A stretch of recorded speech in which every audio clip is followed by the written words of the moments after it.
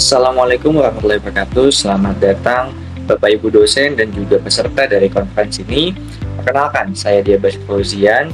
Pada kali ini saya akan memaparkan hasil dari penelitian saya, yaitu peran cukup negara terhadap kinerja infrastruktur logistik di negara-negara organisasi kerjasama Islam.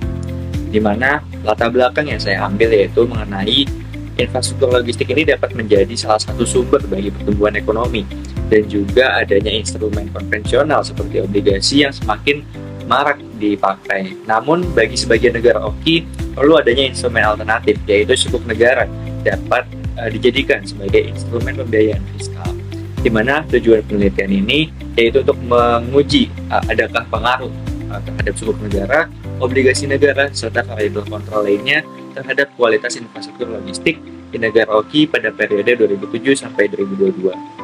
Dengan teori utama yaitu public debt management dan juga infrastructure development. Dan jika kita lihat dari grafik, memang pertumbuhan sukuk negara ini naik dari tahun ke tahun. Begitu juga terkait dengan infrastruktur logistik yang di sini diukur dari indeks, di mana memang mengalami hal yang fluktuasi. Untuk metodologi di sini saya memakai random effect dengan cluster standar error. Dan memang jika dilihat statistik deskriptifnya, di beberapa negara pada tahun-tahun tertentu ini tidak mengeluarkan sukuk ataupun obligasi negara.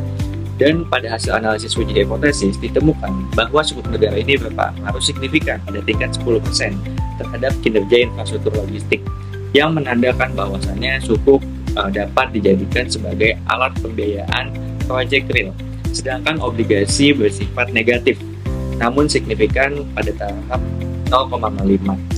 Meskipun dengan demikian adanya peningkatan dari obligasi pemerintah akan menyebabkan efek rolling out atau tidak hanya melalui proyek real, tapi juga digunakan untuk lainnya. Dan yang menarik juga di sini ada government effectiveness, bahwasannya semakin baik kualitas pemerintah, semakin baik efektivitas pemerintah akan meningkatkan sukuk negara maupun infrastruktur logistik. Dengan demikian kesimpulan yang dapat diambil yaitu adanya sukuk negara maupun obligasi ini dapat menjadi salah satu instrumen, namun jika dilihat signifikansi dan dampaknya lebih positif sukuk negara.